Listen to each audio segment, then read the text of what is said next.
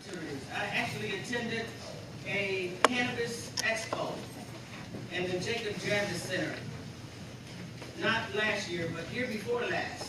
And there were literally some 500 businesses there as vendors. And so for me, then another light bulb went off. I was like, okay, there's other opportunities here.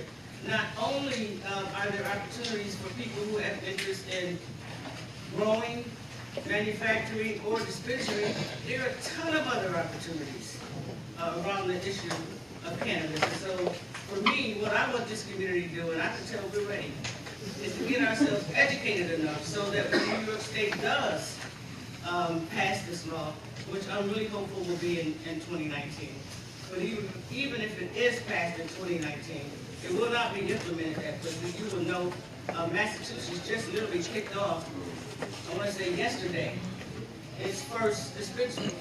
And they are legalized, I want to say almost a year and a half ago. Canada, when they legalized, it took them over almost 2 years to figure out how to implement the new legislation.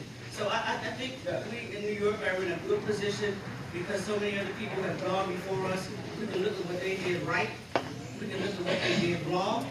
We can collect the things that they did right, and we can eliminate the things that they did wrong. But I still think it's going to take at least to 2020, maybe 2021 before there's full implementation. A young lady who is a city honors, she left city honors and went to New York City to enroll at Columbia. When she left Columbia, she enrolled at Yale. She has an MBA in business and economics. She left New York City when California went medicinal for the purposes of starting the business that she's going to talk to you about. It's called Hood Incubator. And her name is, and I want you to join me in welcoming her, is Ibile Enrico. Just to jump right into it, about me. So I am Buffalo born and raised. So like I said, this is really like a coming full circle moment for me. But Assemblymember Peoples pretty much already gave you the bio I was going to give you. I'm born and raised in Buffalo, fully educated in New York State, I mean with the exception of my MBA, but I started off, what's that head start called? Bethel Head Start? Bethel Head Start on Eastbury in Humboldt. Then I went to Campus West for my elementary school in the Gifted and Talented program there. And then I went to City Honors from 5th grade to 12th grade. Hey! And then from there, I moved to New York City and I attended Columbia University for my undergrad education. I studied economics. After that, I worked and lived in New York City for about 8 years. I worked in Wall Street. I worked for Goldman Sachs for a little bit. I worked for Ameriprise Financial. And I've worked for the NAACP in their economics department before then moving to Connecticut to complete my Master's in Business Administration at Yale University. And it was really when I was at Yale that, well, first of all, my passion and the reason why I think the path that's led me here really does have a lot to do with Buffalo and where I grew up and the things that I saw growing up. I grew up on the east side of Buffalo, right over near, I would say, Bailey and Genesee, Schiller Park, Bailey, Delavan area. That's really the area where I grew up. And it was in that environment, and honestly going to school in different parts of the city and being able to see other parts of the city that I was able to realize, and also through the help of my family, who's all sitting right here and in the back of the room. It was really through them being able to understand, like, okay, yeah, we live in the east side, and these are the resources that we're given. A lot of the businesses in the east side are what? Check cashing, the rent-to-own stores, the payday lenders, businesses that actually at the end of the day take more resources out of our community that we already don't have and you juxtapose that to say the Elmwood Village where, you know, it's all these local businesses, everything is reinforcing each other, helping keep the wealth in the community. People are owners in those businesses. So it was really in Buffalo that I saw what I came to understand to be racial economic disparity or the racial wealth divide. So it was growing up here that I started having the questions like, okay, what's going on here? Why why is it seemingly that because we're black, we don't have the economic resources that we should have? And that's what really drove me to want to study economics and figure out business and understand how all of this stuff works.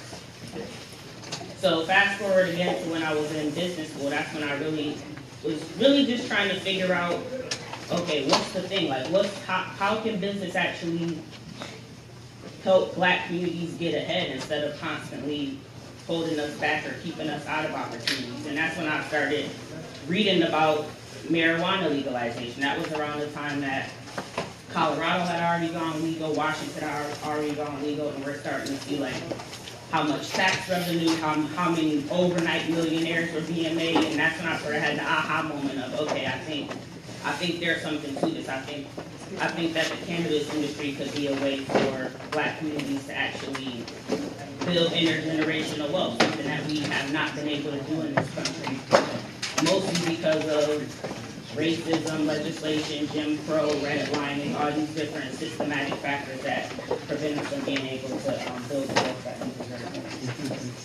So, marijuana disparity, that's the problem that I latched on to, and that I decided that I wanted to try to figure out how to do something about it. And so, before I talk about the hood incubator, I want to just talk a little bit more about the problem, like what the actual issue is. Assemblymember Peoples spoke a little bit about it, but basically the issue is that black communities in particular, we've taken on all the risks, we've taken on all the consequences, we've taken on all the punishments that's been associated with marijuana being illegal, but now that the industry is becoming legal, we're barely anywhere to be found. There's so many barriers to us to be able to get into the industry, and that's really core of the problem. But to put some numbers to it, on the national scale, if you're black, you're 4 times more likely to be arrested for marijuana possession, marijuana sales than if you're white. And you're 18 times less likely to be a business owner. That's despite the fact that across the board, rates of consumption, rates of selling and distribution are pretty much equal across black and white races. In Buffalo, the problem is a little bit even more stark. And these numbers are from between 2012 to 2016. In Buffalo, you're 6 times more likely to be arrested if you're black than if you're white for marijuana. 80% of the arrests for marijuana in Buffalo are of black people. Despite that, we're only 39% of the population. And then if you zoom out to Erie County, it's like this, honestly, looking at stats from around the country, this is one of the most stark ones that I've seen for Erie County. You are 71 times more likely to be arrested for marijuana if you're black than if you're white. And India said it's up to 80% now. It seems to have gotten worse. Between these numbers again are 2012 to 2016, but at that time, black people were 71% of marijuana arrests, but only 14% of the population. Meanwhile, white people were only 1% of arrests, but they're 78% of the population. So you can see right there, like it's like black people have literally been paid for white people to have the opportunity to be in this industry, like if they're really being real. That white person didn't go to jail, despite the fact they're the ones, they represent more of the population because the black population, we're being cherry picked off. And I want to say too that across the board, all these numbers, most of these arrests are just for like simple possession. So it's not even like we're talking about some big drug kingpin or something running some international operation. It's literally, you might have a little joint or you might have some small amount of marijuana that's now going to go on your record, potentially prevent you from getting a job, take you away from your family, put you behind bars, rack up financial fines for you, all types of different economic and political consequences behind literally you have a leaf off of a plant and your whole life has changed like that. So really this is the story of mass incarceration in the country. Like, a lot of it is driven by small, simple possession of marijuana. And this is the story of the drug war. So I'm sure a lot of you are just like, wow, that's wild. Like that's the sort of feeling, that's the drive, and that's the passion that really made me feel like I wanted to use my skills and my talent to to be able to do something about this, for the sake of what's right, for the sake of justice, just making sure that we're able to right the wrongs, of the past through this opportunity. So, like I said, I'm a co-founder of the Hood Incubator. We're a national organization, but we founded in Oakland following the legalization of marijuana in California in 2016.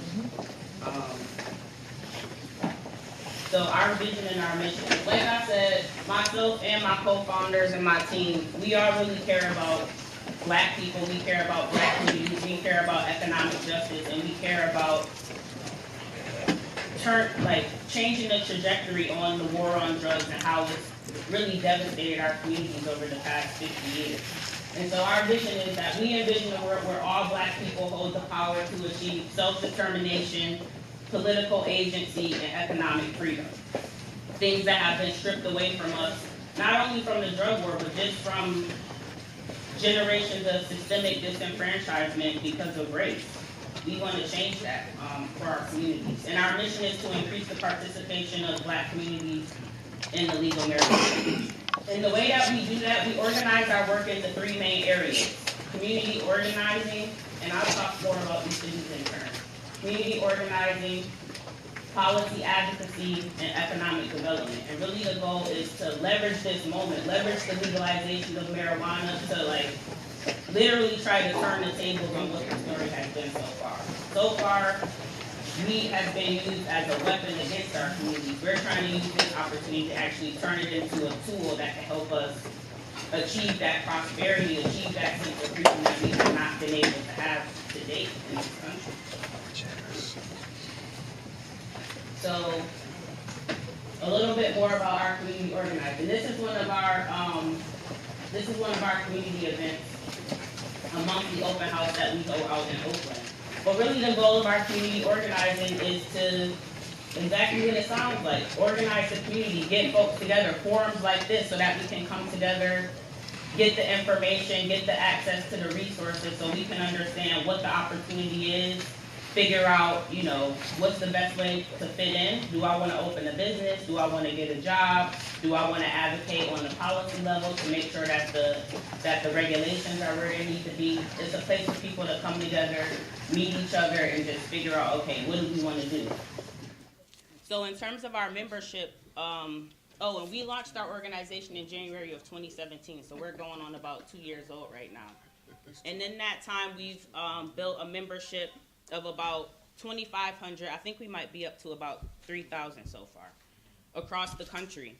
And most of those are in California. We're based in California. 65% of our membership is in California, but we also have a big member bases in the DC area, DC, Maryland, Virginia, New York, really around the state. I've been seeing some members signing up from Buffalo too, so shout out to whoever was signing up out here. And then the Atlanta area and Detroit, we also have a pretty big following. 70% are Black, 95% are people of color. And really the majority of our members are between the ages of 40 to 60 years old. So I think that's interesting too, because a lot of times you think of marijuana or, being a drug dealer, I usually don't think of 40 to 60. I'm thinking of somebody younger, but that's been a surprise for me. Honestly, our membership is very well, we'll get into that. Really, we have membership that spans the gamut from all the way from 21-year-olds all the way up to in their 70s. It's very intergenerational. That tells me something. I think it's particularly in the Black community, this has been the way that we've been sustaining our families. When other industries have left, Buffalo's an example, deindustrialized. All these manufacturing jobs left. What were people doing? Yeah, you're not supposed to, but we have folks in our membership who they talk about, okay, yeah, my dad had such and such job, but really the way that they were able to be the first in their family to go to college was that their parents were also, selling marijuana on the side, and that was a big part of their income. So I think it's interesting that from the grandmothers all the way down to the grandsons, that's the makeup of our membership. Our second area of work is our policy advocacy work. And that's really where we want to take it to the next level in a sense. So the community organizing is really, all right, let's get oriented, let's understand what's happening, let's understand what we want out of this. The policy advocacy realm is where we really start mobilizing our membership and really start trying to advocate and influence the people who actually are going to legislate the laws or who are going to be able to change the policies. And so a little bit about what we've accomplished so far.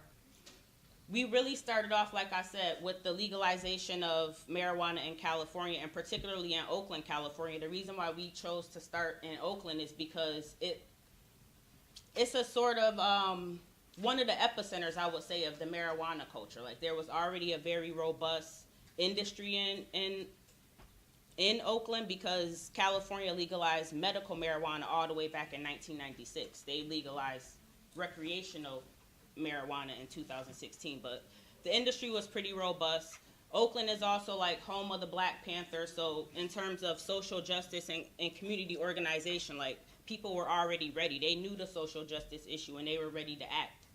And then also the government, especially the city of Oakland, was very proactive. They weren't one of the cities that's like, no, we don't want this happening here. They were like, yes, we want this happening here. We see the tax revenue. We see that people are already doing it.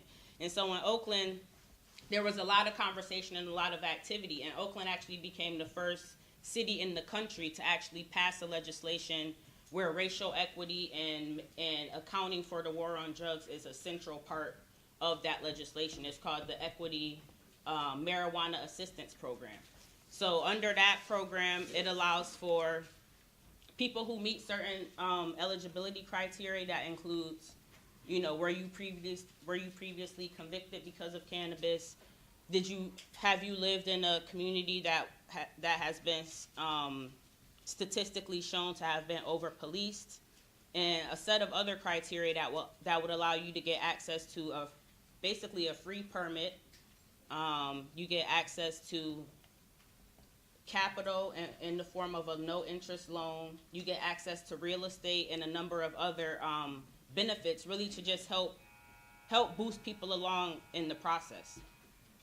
So we played the big role in helping to shape that legislation and helping to get that legislation passed. Meeting with the council members, meeting with the city administrator, and just helping them tweak things. They might write one thing down, and then we're like, no, based on the data, based on what we're hearing from our members, you should actually think about doing things this way. So that was one of our first big policy wins, was helping to shape that legislation. And then we were actually hired as part of a contract team by the city of Oakland to then help start to implement that program. We got that contract last year. And we've also done work to advise not only in California, but we've been invited by other states and other jurisdictions to share based on our work and based on the analysis of the industry that we've done so far. So like the city of Los Angeles, the state of Illinois, the state of Massachusetts, Pennsylvania, and also the Congressional Black Caucus Foundation. We've been invited to speak in front of all of these bodies to help them, as they're trying to figure out how do we make sure that our industry is equitable and making sure that the people who have been impacted by the drug war get a leg up. And then lastly, our economic development work. Really the goal here is to, I bet a reason why all of you are in the room today is to figure out how do we make some money off of this? How do we get our economic share? How do we make sure that we have access to jobs, and not just any old, little low-wage jobs, but like leadership, C-suite, career level, six-figure jobs. Those are the kind of jobs that are coming on in this industry. So some of the numbers about the industry. By the last I checked, by 2020, the industry is projected to be at about $20 billion in market valuation across the country. I think last year it was already to about $8 billion. So within the next 2 years, it's going to more than double. That tells you how fast this industry is going. And then the organization called New Frontier Data, I encourage all of you to check it out. They do just data analysis for the industry. New Frontier Data, they have a statistic that they projected that by 2025, there will be over 1 million jobs in the industry across the country. So this is like really like a huge American industry just coming from, really not coming from nothing to something, because it was just underground, and now it's just, you know, making itself known in a new way. But we're really just trying to leverage that and make sure that as many black people as we can get in all of these slots, we can. Like I said, less than 5% right now, or I said we're 18 times less likely to own a business, but that translates to less than 5% of business owners in the legal market are black. So these owners that we have up there, they're like a big part of the pie chart. These few, how many? 1, 2, 3 owners we have up here. There's not that many more owners out there than what we see here. So we're trying to add to those numbers. And the programs that we have for our economic development is we run a business accelerator program. So we take black entrepreneurs who are looking to open businesses in different parts of the industry, whether it is a dispensary, whether they want to be a cultivator, manufacturer, or any of the other many business opportunities that are available in the industry. And we want to help take them from point A to point B. Maybe they've already been operating in the underground economy, but they want to, you know, shift their business over and actually make it legal. Or we have folks who like haven't been in the industry yet, but they have some skill set that they're bringing to the table, and they want to bring that into the industry. And I'll talk a little bit more about our accelerator in a few minutes. But another one of our programs with economic development is apprenticeship. We want to make sure that people, not everybody necessarily wants to be a business owner, but some people want to make sure that they can get a job or otherwise be involved in the industry. So we also have an apprenticeship program and a job placement program where we work with different cannabis businesses right now in Oakland and Los Angeles to get people placed in jobs. And so, yeah, I said I'll talk a little bit about some of the folks in our accelerator program. So these are 4 of the startup founders that we had in our 2018 Business Accelerator program. It ran from May until September was our like culminating pitch event. But I just want to talk a little bit about each of them in turn, just so you can see a profile of like who are some of the people we work with and what are they doing in the industry. So on the far left is Bridget. She's born and raised in LA, and she's seeking to get a license for a product that she creates called Big Mama's Legacy. It's like a I'm not sure if people are familiar with like topicals or salves, a cannabis infused. Yeah, so she comes from a long line of, she's the 5th generation in her family to be making this like home family recipe salve. Have cannabis in it, but like from her I don't know if it's her great-grandmother or her great-great-grandmother. Whoever's the 5th generation above her, then her great-grandmother, her grandmother, her mother, and now her have all been holding this family recipe. Bridget decided, okay, this has been working for us all these generations. I'm going to infuse some cannabis into it. It's actually a great product. And now this is the work that she's doing right now. She went through our accelerator program. She has her whole business plan. She has her product demos. I would have loved to be able to bring it, but, you know, New York isn't as far along as California. So I couldn't bring it, but she's in the manufacturing part of the industry. So that's manufacturing is basically when you're not just growing the plant, but you're taking the plant and you're manufacturing it into something else, whether that's a solve, whether that's an edible, whether that's a vape pen or some other product. And then we have Alex. Alex is in distribution. He was born and raised in Oakland, California. And he's actually he's getting into the business with his brother. But they want to do a distribution company where they're working with other people in the supply chain just to basically help them get their products from point A to point B. So from the cultivation site, you need to get it to the lab. Well, it has to get tested to the lab, and then eventually down the line till it actually gets to the dispensary to be sold. That's the part of the business that he wants to be in. And he doesn't just want to be any regular old business owner. He actually has a financing mechanism in his business at this point while he's looking for investors that he wants to basically take, have have like a community loan fund available for people. So he wants to be able to take small micro loans from community members to get him up to the point he needs to raise about $50,000 to start his business. So he wants to take like $2,500 to $5,000 loans from different business owners, so that he can basically help spread the wealth from his venture. So you put in $5,000, help him, be able to get the inventory and everything that he needs to make money. And then for every % of profit he makes, that investor will get some of that money back. So I think that's something that I really appreciate about Alex's model, is that he could just, build this business and just make the money for himself. But he's put a lot of thought into, okay, how do I make sure that my entire community, he's from Oakland, so he's focusing on his community in Oakland, but how do I make sure that those folks also be able to benefit from this opportunity? And then we have LeVar. LeVar is a cultivator based in Northern California. LeVar actually went to Morehouse for his undergrad, and he studied, now I'm forgetting, but it's something like microbiology, something related, or I think he studied ecology. And that's what led him, not only that, but he studied ecology at Morehouse, but then also with his grandmother, she was a gardener, so he always had like a green thumb, I guess you would call it. And then while he was in college, he saw the whole marijuana industry opportunity, taught himself how to cultivate, came out to California, and now he's working on a cultivation business that he's currently looking for investors for. He's been operating for some time, getting his permits together, and now he's looking for investors to help him scale his business. And then lastly, there's Melinda.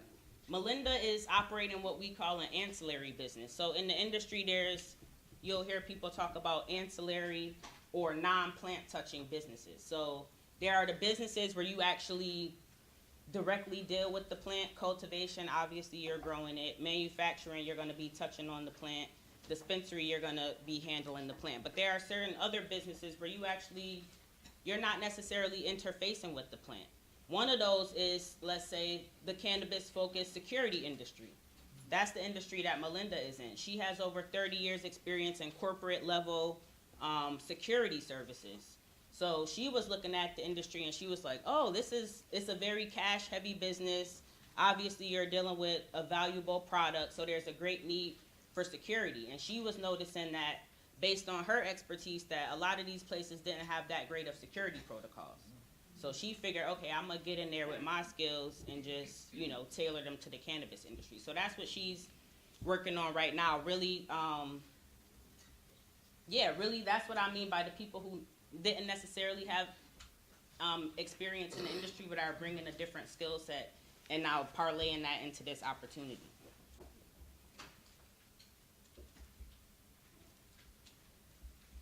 So like I said, we're going on about 2 years old so far, but we've been able to really help galvanize a national conversation about the importance of racial equity and economic justice in the industry. These are just some of the places. I think we probably have like over 40 media hits to date, but these are some of the ones that I'll say we're most proud of. My co-founders and I were named to the Essence Woke 100 list this year. Thank you.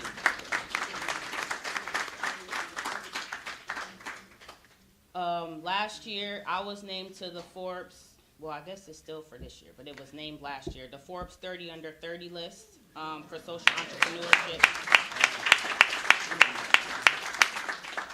And in 2017, I was named to Entrepreneur Magazine's Most Daring Entrepreneurs of the Year.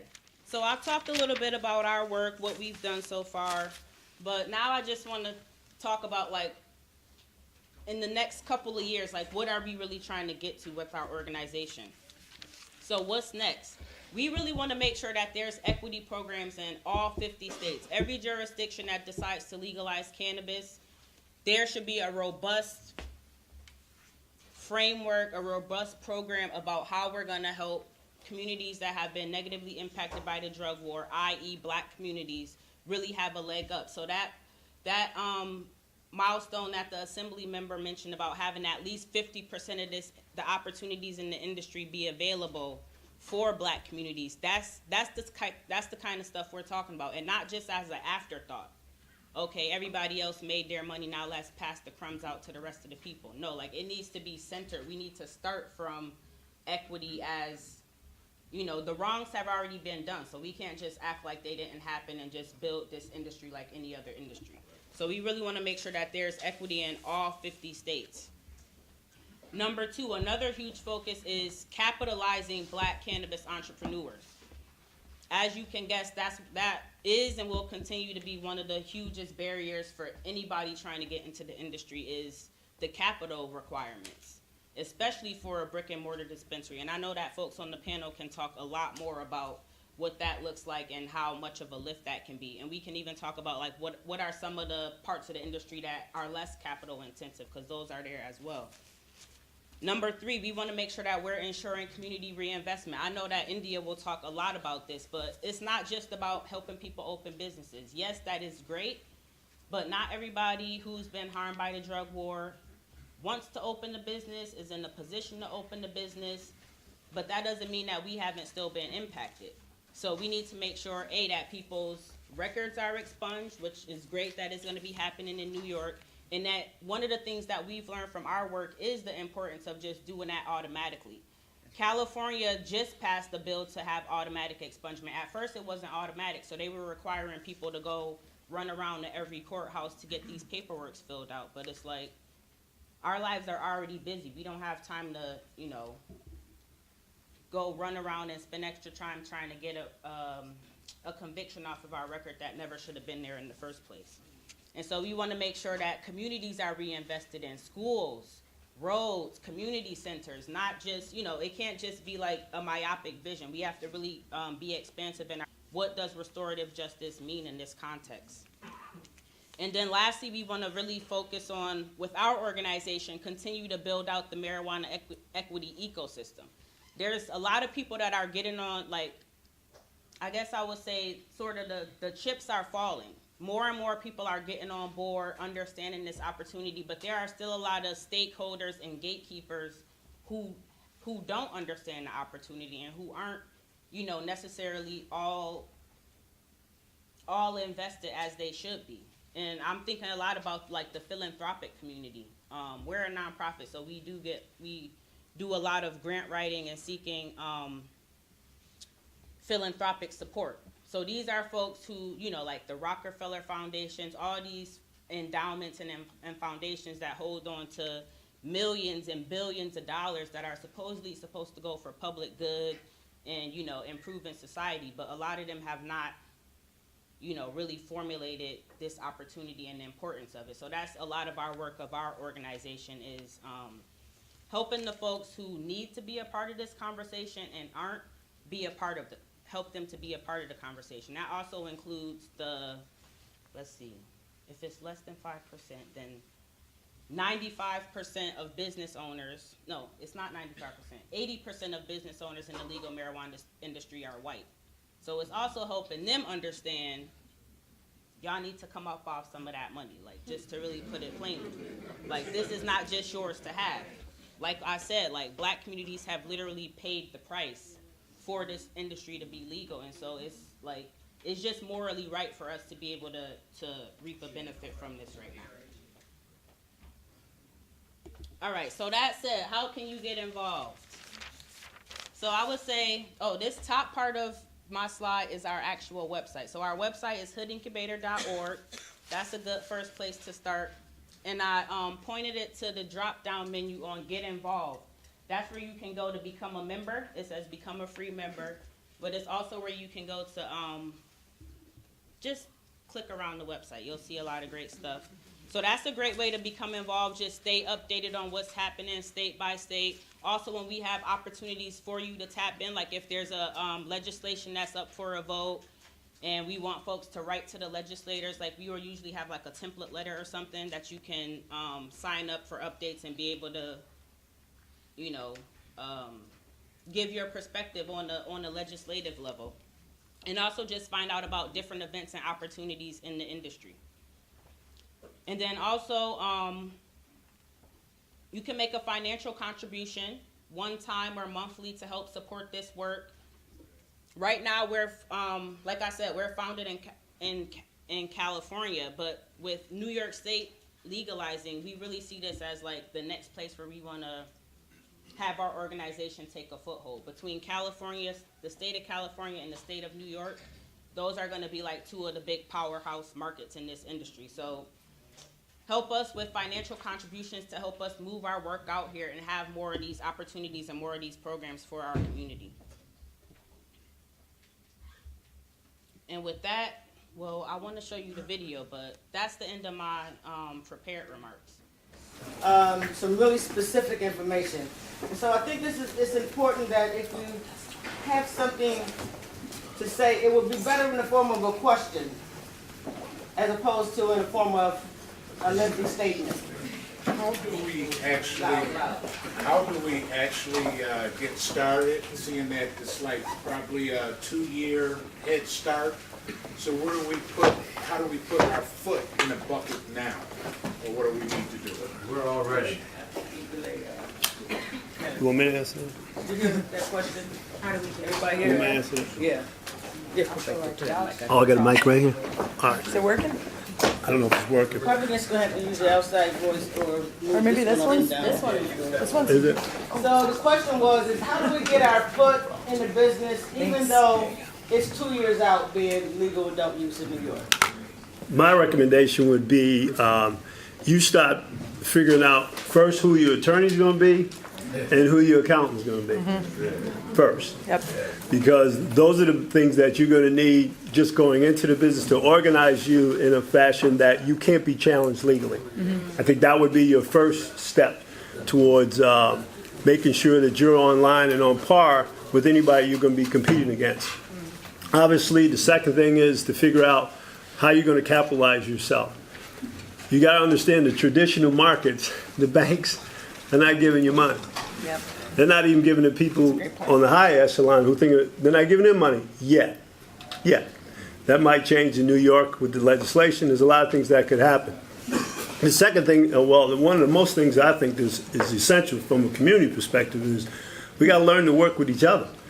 We got to figure out how we can pool our resources collectively in a fashion that we can trust each other and we can build from our own community within our own community. I think that is paramount to starting on the ground level to get to another level. Sometimes you might not have all the assets, but someone else might. So you got to figure out how I can pool those assets collectively so that we can all, benefit from it. So that would be my advice. Okay, but before we go on, let's just have the panel introduce themselves again, because some people weren't here when they originally did. Okay. So Dennis, I'm Dennis Duval. I was the CEO from New York, Canada, one of the 10 licensed resident organizations in New York State. right, and you have an open facility where? And 192 Seneca Street, we got a dispensary that we just opened with the help of 70 people. We made sure that we brought it from the suburbs to the inner city. I would just expand on that a little bit, Dennis. I thought Dennis brought up great points, but the cannabis. Yeah, my name is Royce Woods. I'm the executive director of the Beverly Gray Business Exchange Center, 334 East Utica. And I would just expand to say, the legalization of cannabis is no different than any other industry. Right now, you need to be perfecting your business plan, and that business plan includes accountant, attorneys. That business plan includes perfecting what your product or service is, doing all of the research on your market, knowing who your competitors are, and even to expand on the collaboration. Are you looking to go into manufacturing or distribution? Are there other entrepreneurs that are from the community that are in this room that are looking to open retail spaces that you can develop partnership agreement now? You can start to have those conversations with now. But I would say between now and the legalization of it, you have enough time to really perfect your plan. That's what you'll need. That's what funders will be looking for, that you've done your research in order to be taken seriously. Mm-hmm. India, you want to respond to that? Sure. So I'm India Walton. I'm with Open Buffalo. I'm a community organizer. I would say besides getting prepared with your business plan and your attorney and your accountant. Also pay attention to policies that are being pushed and advocate for equitable policies when it comes to legislation. We see different iterations of bills, so we want to make sure that we support our Assemblywoman and her version of the bill, because it really puts racial justice at the center of legalizing marijuana. We don't want all this tax revenue to go to repairing the MTA. We want reinvestment in our schools, we want mental health services in our communities, and we want carve-outs and opportunities for our people right here in Buffalo. Hi, my name is Elise Bergio. I'm an attorney for McGuire Development, and I also was an attorney in Oregon right at the time that the Oregon recreational market entered into legalization. I got to see a lot of businesses come from the start, and I think that some of the things that everyone should kind of think about is, what are you already good at, right? What do you already have the skills set for? Are you in hardware? Oops, sorry. Are you in hardware? Could you sell the LED lights and the equipment that is going to go into an indoor grow? Do you have land that you could sell to a producer or be part of and then, co-own it with them? Can you do a cooperative? There are a lot of things that you're already very good at, and you don't have to just, leave behind everything that you've already built for and know, but apply that to what you can now use in the cannabis industry, because like all the speakers have said, this isn't it's a new industry, but has the same business model moving forward. You gotta have a business plan, you gotta have your connections, you gotta have your financing, and the way to do that is to use your connections that you already currently have and to work within the community that you're already existing in. Good afternoon, my name is Roberto Leslie. I'm one of the co-owners, along with my partner, Carl Andrews, of Clear Natural CBD. We're actually the top-rated CBD company in New York State right now, according to Weed Maps. And one thing I would say, as far as getting in the industry, many times the bar has been set unusually high. I mean, this is something that, marijuana is something that the hippies, when they ran off to the Emerald Triangle, grew this stuff. They didn't have a lot of money. People in Jamaica didn't have a lot of money when they ran off into it, and this was primarily their main form of medicine. I would say perfect what you're looking to do. Isabella has an excellent program where she can get you in and you can actually learn what you're doing and learn to perfect it. And then I would say look for somebody. If you want to come in the easiest way into the industry, is look for somebody maybe that's already in the industry and say, listen, I have this specialty product, or I have this skill that I can offer you, and do a partnership, create a partnership with them. And I think that would be the easiest way into the industry. I mean, I was able to capitalize my company myself, but that's unusual. I come from extremely humble beginnings. I'm New York born and bred, and I come out of the projects. Let's be honest. I mean, that's where I'm from, and but that's how I would suggest that you proceed. Would you restate your name? Roberto Leslie. How you want to make a comment on that one? Yeah, I would mostly echo what has already been said, like really doing a honest self-assessment of. All right, so I'm Abella Fedible. I'm the co-founder and co-director of the Hood Incubator, and I would echo what's been said, like really doing an honest self-assessment of what your skill sets and your capacity is. I think that a lot of times in the industry, at least in the media, it's like all they really talk about is dispensary cultivation. There are so many more opportunities than that. Like we just heard, if you're in, you make LED lights, you can do security, you can do marketing. There's so many ways to tap into this industry, not just, the high gloss, high cost parts of the industry. So I would really be like, all right, what can I honestly add, and then figure out, who needs that, or how do I build my business around that. And then I will also say, playing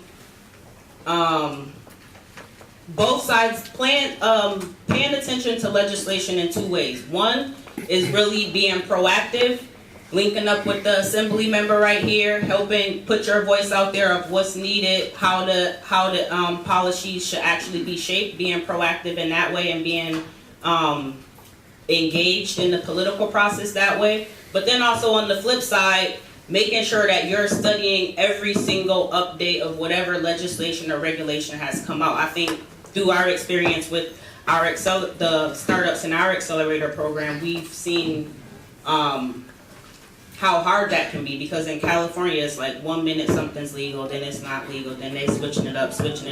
So every week something is changing.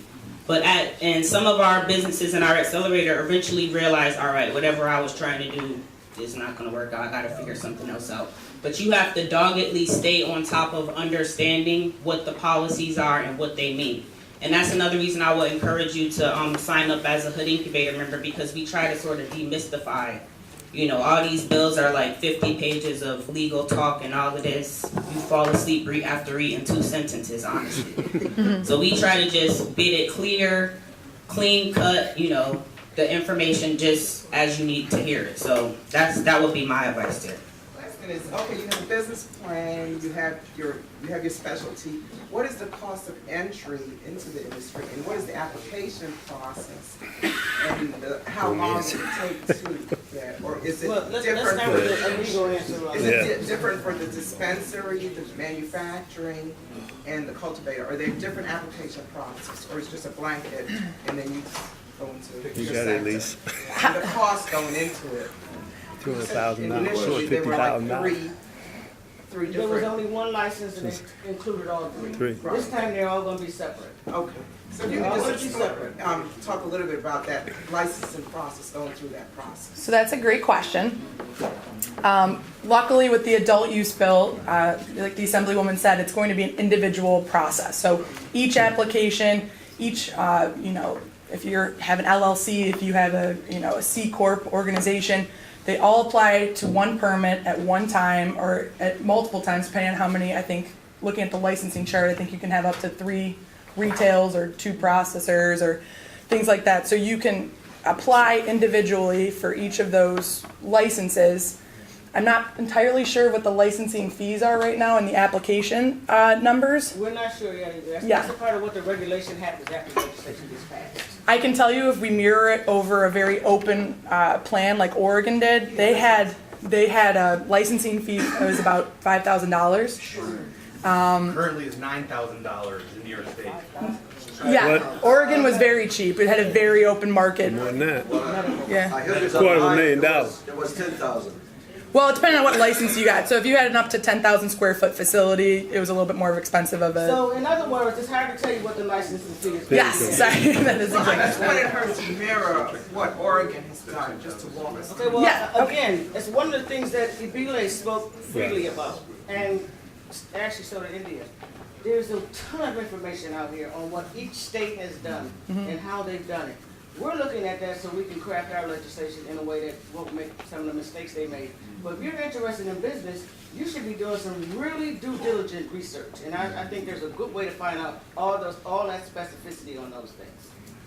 Yes. What if our safeguards, if they change policy, will our money get locked up or seized, or our companies or whatever we're investing? What's the difference in that? Are we free to still have our? That's the biggest question. It still has a risk. It's not risk-free. Yeah. I guess that's the best way to explain it. Yeah. I can explain it this way also. One of the big cannabis persons is no longer sitting in that seat in Washington currently. So I think without calling his name, I think it is what it is. You can scream it. Yeah. So hopefully there are people right now, lobbyists in Washington, trying to move on the federal level with this cannabis issue. Do we have a list of people that we can support to make this go ahead at that level? Yeah. Cory Booker. Yeah. Cory Booker, Yeah. yep.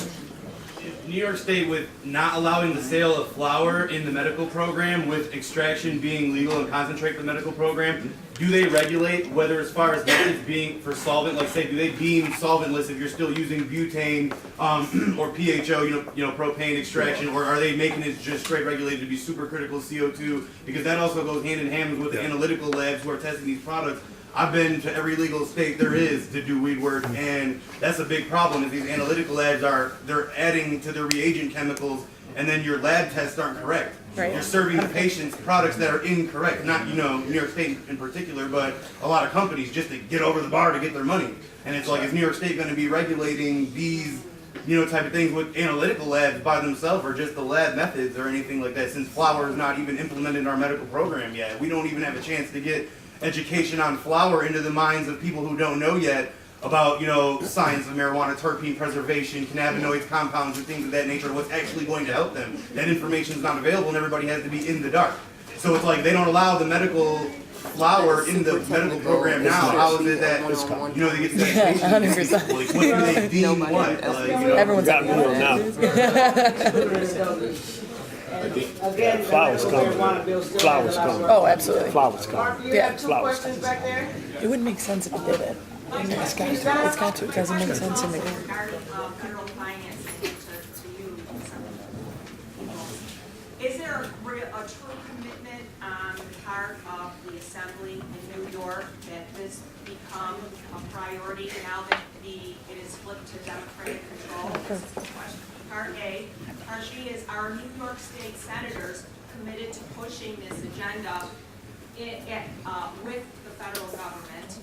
And I'll name the guy who suggests Sessions. He's out now, but Matt Whitaker is probably akin to him. So the question is, if we want the industry to expand, we all need to vote in 2020 to change the current administration's thought process on getting marijuana off the Schedule I drug.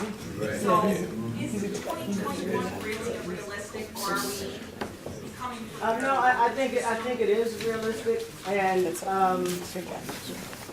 because other states have already Gonna be on the presidential gone agenda legal for the from election. both perspectives and have figured out how to maneuver the financing or how to keep the money safe, either through credit unions. We're looking at state chartered banks as a possibility for people to have access to do deposits and that sort of thing. And then, I want to keep in mind that the politics really is changing on this. Former Majority Leader Boehner, who used to be adamantly opposed to cannabis as an issue, as for people to use any kind of way, even medical, he's now one of the top lobbyists on this issue in America. And so he's spending his time talking to people. Come on, let us speak so we can hear. Thank you. He's spending his time talking to people who are in the federal government and lobbying them to move away from that schedule. And I think Cory Booker's legislation is really good. It's, as Ebile said, and so did India, very loud and clear. We have to be the advocates for these things. These things just don't happen on their own. So I say we you go out and you start sending letters to people who are not there, letting them know. I mean, I think people got a clear lesson in this past election about what women won't tolerate, and so now I think people need to get a clear lesson about what people would like to see happen with cannabis in the state of New York, and they need to hear your voice. So, And Cory Booker's bill is called the Marijuana Justice Act of 2017. And then also, I would just also add to the fact that the tide is shifting, like year over year, public opinion as well is shifting. Like, I think it's at an all-time high now that 63% of Americans are like, what the hell, it's time to legalize cannabis. So it's really like the person who asked the question said, voting, getting your voice out, whatever the mechanism is, make sure that you're adding your voice to the, to the conversation so that those elected officials know that we, the constituents, want this to happen in this way. And then that's, they want to stay in office, so they gotta, uplift the will of the people to some extent. Okay, do you have a comment on that? Yeah, one of the things, you have to look at the market trend and look at corporations. And what I call is the big three. You got the pharmaceuticals, you got the alcohol, and you got the tobacco. Philip Morris is doing a cannabis CBD cigarette, Coca-Cola, and if you go to foreign countries, Switzerland, everything, they have CBD drinks and drinks and everything. And eventually the pharmaceuticals are going to get into the business where you might not even have to grow it in a field or in a growing facility. They can do it in the lab. So those three entities right now in Washington trying to shape how, because basically the real question is the money and how you're able to bank the money and make sure that comes to drug cartels or other illicit ventures. And once they figure that out, they're going to try to swoop in and restructure it and bring it into their structures. Right. And they will, but that's why we gotta own the business first, so if they want, they can buy it from us. I'm good with that one. Yes, yes, sir, right here. I want to know, what was your pitfalls? Excuse me. What was your pitfalls, and what you had to go through to get your license? I guess that's my question. Anyone on the panel?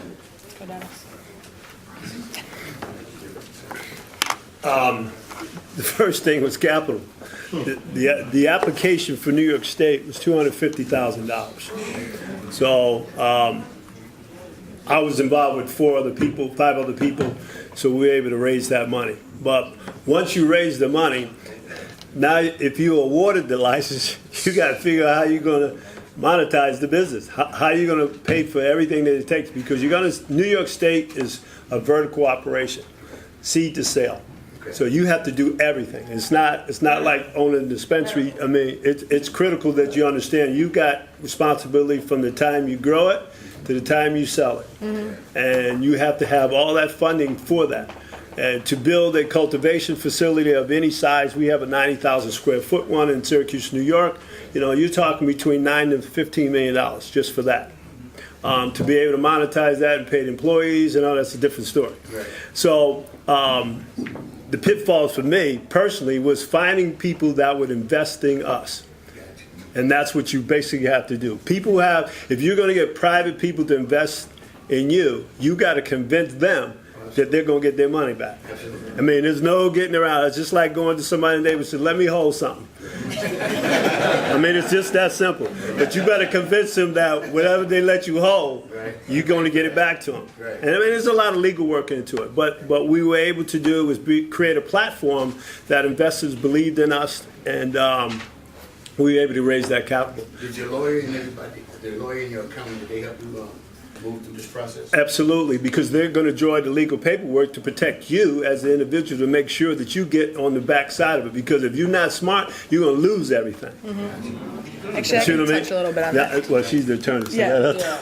Just very quickly on that point, the way that you form your company is going to be very important in the way that it regulates through the industry. And when you sit down with a lawyer, you sit down with an accountant, I mean, there are provisions. I'm not going to get too in the weeds with it, but there's this tax code called 280E that is an absolute detriment to marijuana businesses because you're only allowed to write off cost of goods sold. And I'm not going to get into what that really means. We can talk about that at maybe a later date. But the most important thing you can do at the start of when you want to form your business is look into, do I want to form an LLC? Do I want to form a C corporation?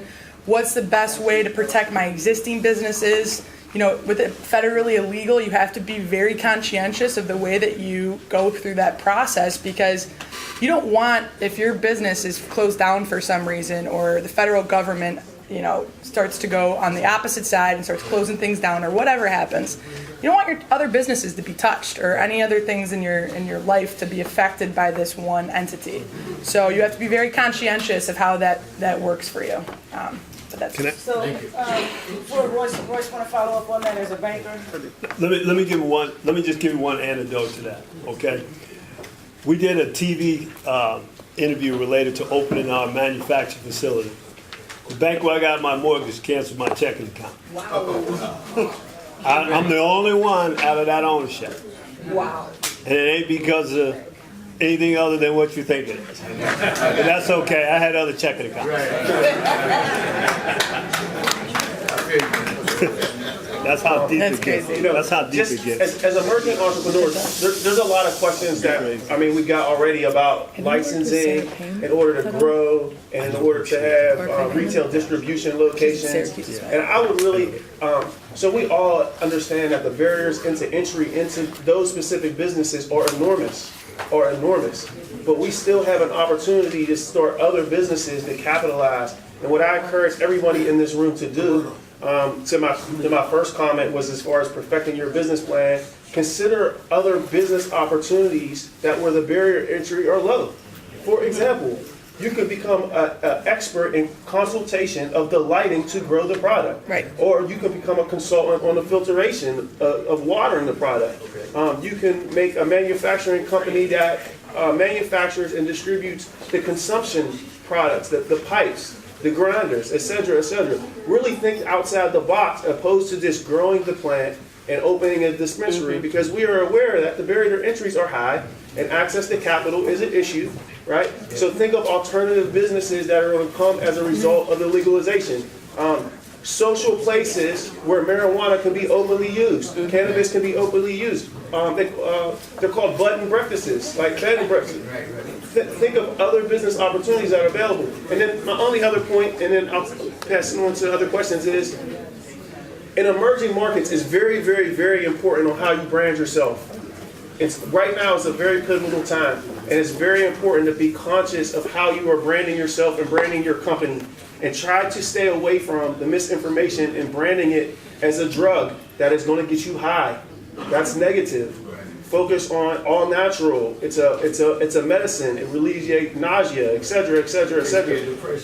And there's a lot of companies already here locally that are doing that education to help, like Flowered Wellness, that are really trying to educate the general public as far as like how to get away from the misinformation that is out there and really branding yourself in a positive light opposed to the narcotic aspect of it. Thank you. Okay, so just to follow up to that real quick, and then this gentleman, right? So really quick on what you guys were saying, like, I guess for everybody here, could you just explain how much you should have done before you go see an attorney, or you start looking at how much of your business plan was created before you spoke to your attorneys? Did they help you guide that as you had this idea in your head and you allowed that to go together? What they did was fine tune it. They fine tuned it. Not everybody has keywords. Okay. Repeat the question.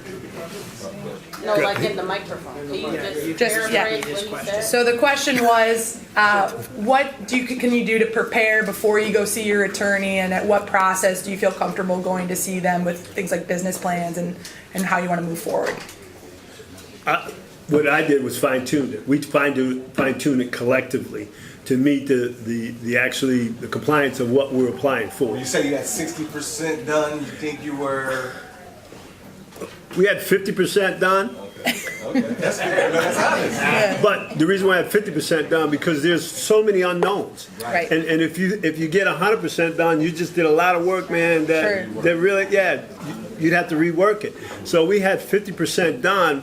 Pretty much knew where we wanted to go, but the legislation drove us to what we needed to do.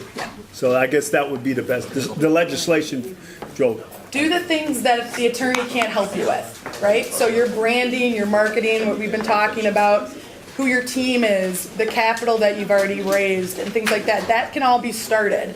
Where you want to integrate your attorney, integrate an accountant, is when you have questions on legal and questions on how to move forward with getting through the permitting process and things like that.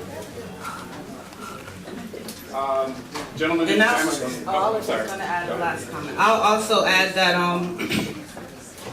this is part of the work that we do as well through our accelerator program. We help folks from all the way who just had an idea, like the woman I talked about who's working to start a security firm.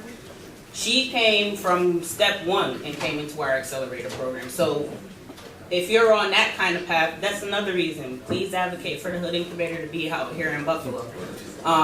You can come to our program. We link people with legal services from jump. So even if you need to go in there and be like, oh, I'm thinking about this, is this even legal? Sometimes you do need that help before you even do that 50% to make sure you actually, We had somebody in our accelerator that wanted to, he's a chef and he wanted to have like a cannabis infused food truck. But it's just like, nah, that's not he might have gone ahead and have a whole business plan only to find out. So that's part of where we want to have an intervention to help with that earlier legal support. Such an agricultural state, how the laws look into hemp development, because hemp can be used for textiles, fabrics. Also, is that a business that the panelists see as something that could be lucrative in New York State? Hemp? Oh, yeah. I got it. I know a number of businesses already that are already really looking to manufacture hemp.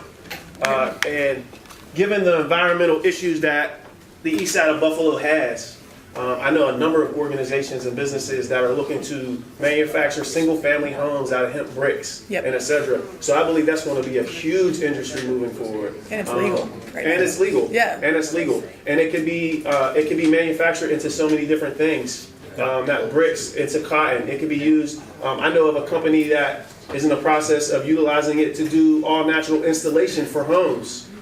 Again, just given the environmental issues that we have around us. Oh, yeah. So yes, just similar to the cannabis industry, hemp already being legal, manufacturing it, consultation of the manufacturing of it is going to be a business that's going to continue to grow.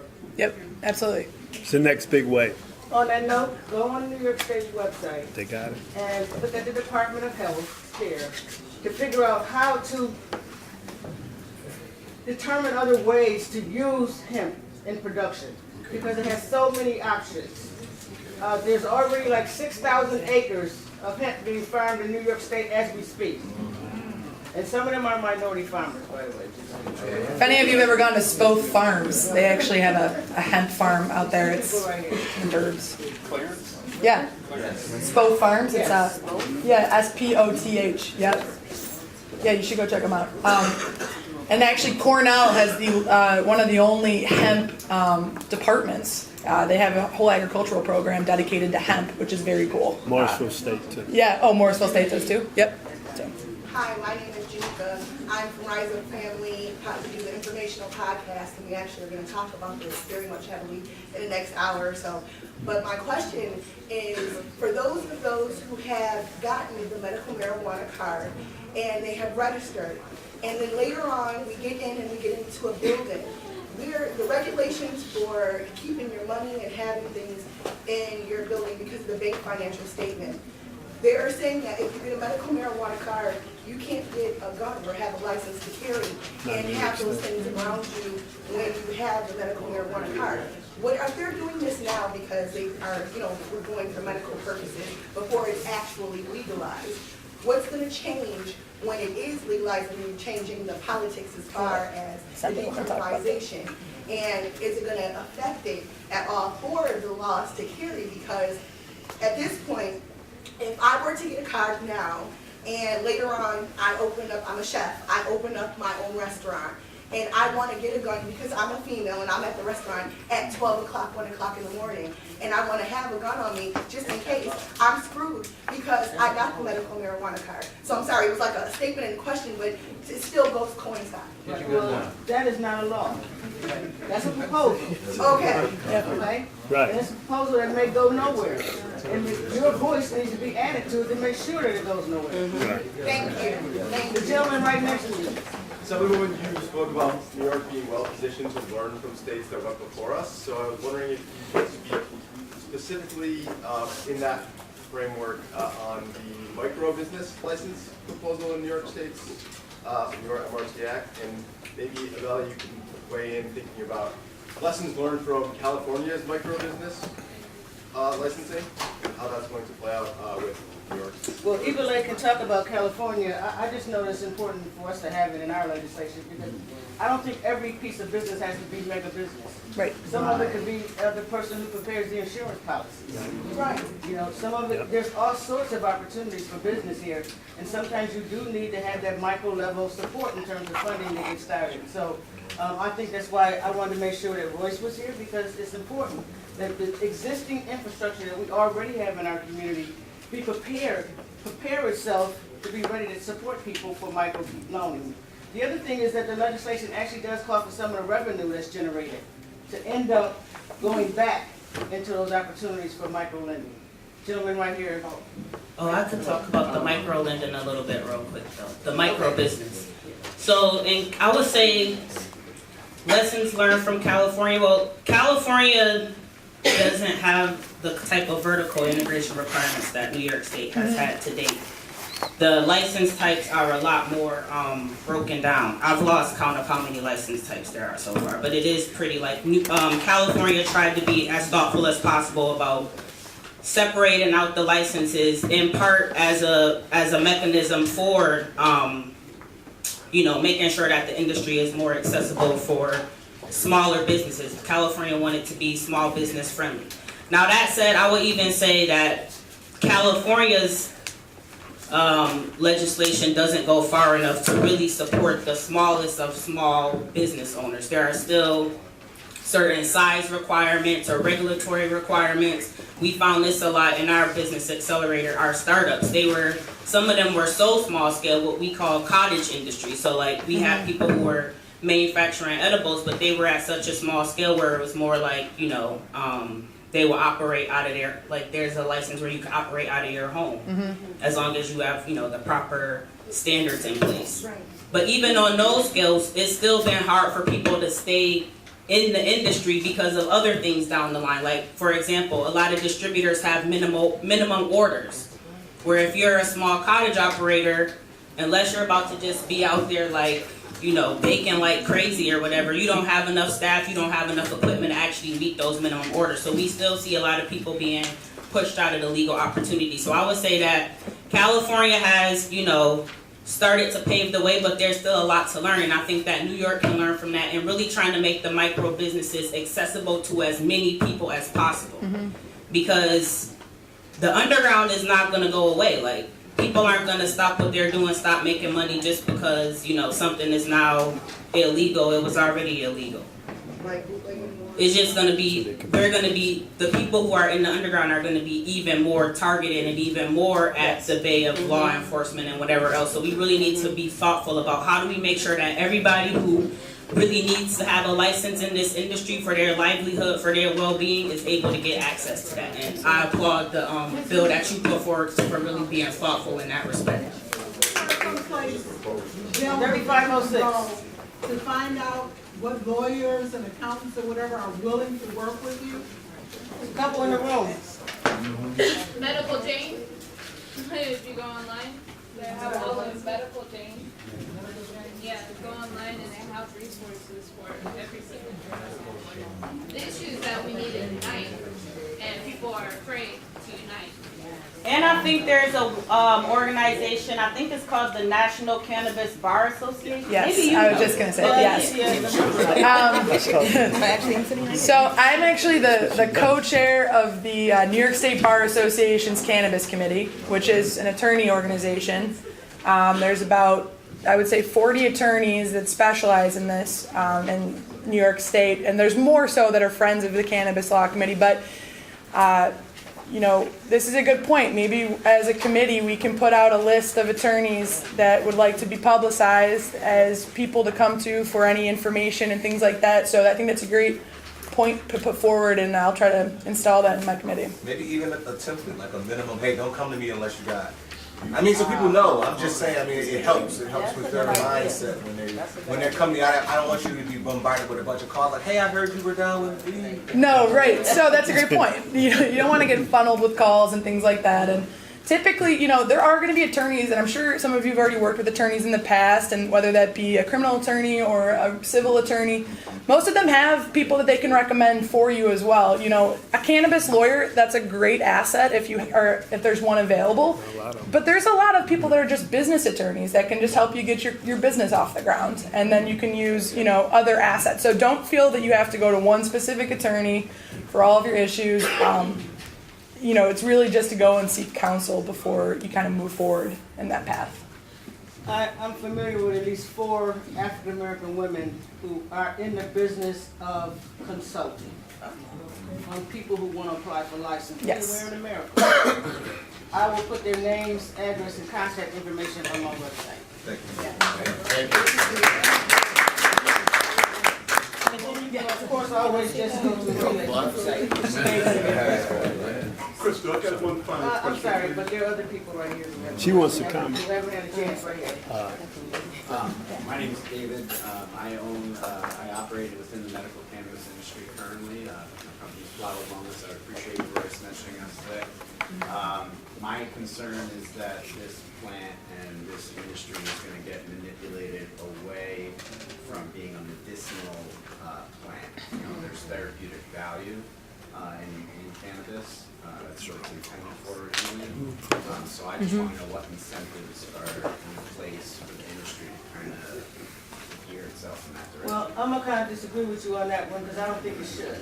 I think that the content of, or the science of medicinal marijuana is a lot different than adult use. In fact, some people use adult use just cannabinoids, and that you need a lot more than that to be medicinal if you're dealing with chronic pain. So I don't think that that should necessarily get negatively impacted when you go to adult use. I think they should be two separate issues. My intent was about the therapeutic value and just kind of making that a little bit more available and educating people on what that is. So I think that education is important, but as was mentioned, you know, some people can get access to a prescription to get medical marijuana or medical cannabis, but they can't afford it because it's not covered by insurance, so they still underground, self-medicating. Right. So I think these two things can work simultaneously. I don't think it would be a negative for your business, and I think that the way the therapeutic process that you go through and the content of what you have in your business, that should stay the same. And I don't think that the regulation will look at adult use cannabis in the same way that it looks at medical. So Assemblywoman puts a great point forward. I think that an adult use market is going to help the medical market. Right now we only have 60,000 patients in all of New York State. To give you a comparison, Michigan has 11 million. Okay? And so, you know, we have a very strict legislation for medical marijuana right now. We have doctors who don't know how to prescribe it. We have to be honest, we have a failing medical, I apologize, but we have a medical market that is just not meeting its potential right now because there are so many there's so many people that need to have access that don't. And so having an adult use bill in the legislature will only amp the medical market because you can't dismantle the bill itself, you can only bring it up. No, I agree that there's a lot of failings in the medical industry currently. I just want to help the recreational use, the adult use industry, understand that, you know, it's not a drug and to advertise it as such, that there is therapeutic value for everyday users. Oh, absolutely. Yeah. Thank you, Assembly members, for holding this event. Thank you, panelists, for coming. This information is needed, greatly needed by me personally. Thank you, Ambella, I commend you on your efforts. I'd like to know exactly how we can replicate the Hood Incubator here, what legislation or what advocacy is needed so that we can start this in Buffalo today. Well, we're already kind of started on that. That's why we have Royce Woods here. What do I need to do today? Well, what you could do is you can go on our site and generate some people who will contribute to become members there. And as I mentioned earlier, we have some meetings on Monday before the public hearing where we're actually bringing her two funders to try to get that funding going at Beverly Gray for this kind of initiative. Because I understand what you're saying. It's exactly right. We got to have this. We need this. Yeah, the funding and the partnerships, that's really it. So the money and then the community part, we don't do I don't sit around and do everything. We work with partners like Royce's company, India's company, even Dennis's company to be able to, like I said, create that ecosystem. So it's helping us get the right partners in place, but at the end of the day, money is the thing. So. Assemblywoman, my question to you is this. Everybody is legal in the room in the state of New York. We can distribute, we can manufacture, we can grow. The federal government does not support. How would we New Yorkers be protected in doing all that we want to do in the cannabis business and not be arrested by the federal government, who has the option to come in at any time and to close down or arrest people? Well, they may have that option, but they haven't done it in California. They haven't done it in Oregon. They haven't done it in any other state because states have rights. States still have rights. Now, I will say this, don't try to take it to Canada, and don't try to take it to Ohio. Yeah. I got you. Yeah. You gotta keep it all in the state of New York, and you're gonna be safe. Give it the brakes. Right. There you go. Yes, sir. Put it in the bank. You should move forward because we can't hear you, they're talking in the back. How do you think this would affect our pre-employment screening? Sorry, what is it? Pre-employment screening. I think it's gonna have an impact on it. As a matter of fact, it already has an impact on it. And there's some employers who are no longer doing that pre-screening. And why are they not doing it? Because quite frankly, they already understand where things are going. It's probably in their households and within their communities that they see what's happening here. And you can use some other drug, or you can, drink martinis all night and take a test and get a job in, being an alcoholic. And marijuana, you could have smoked that 2 weeks ago. And they keep you from getting a job. People understand the science of it now because there's a lot of education going on. So eventually that will not even be anything that's screened for. If they're screening for employment and drug testing, like if you drive or you're a pilot or something like that, chances are you still can't take it even if it is legal. So let's understand that depending upon the industry and the profession that you're in, there's still going to be some limitations.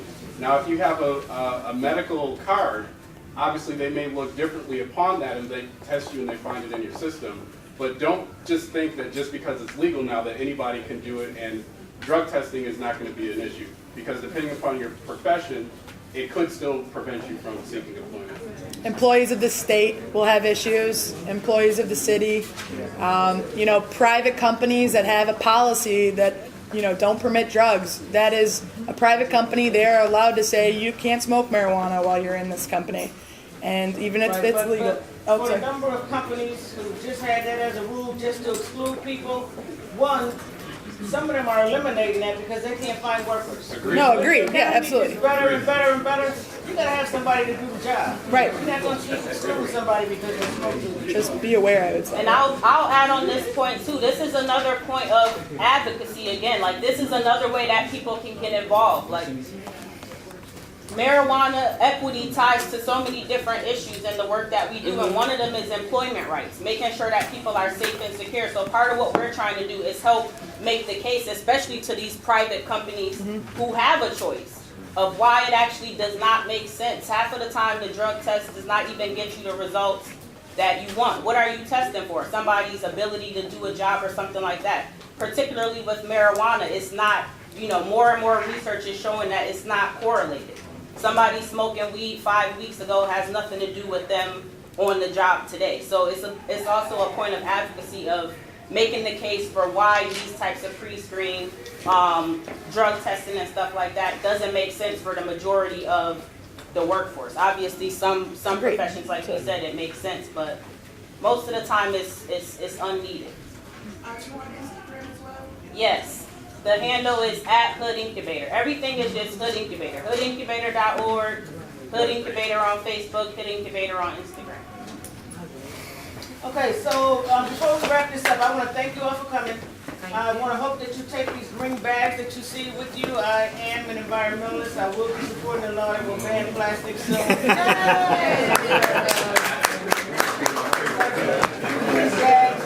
other thing is,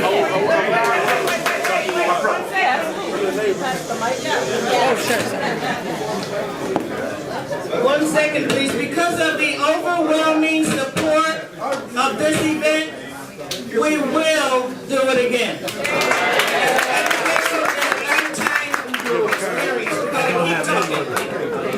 In a much bigger place. I took off.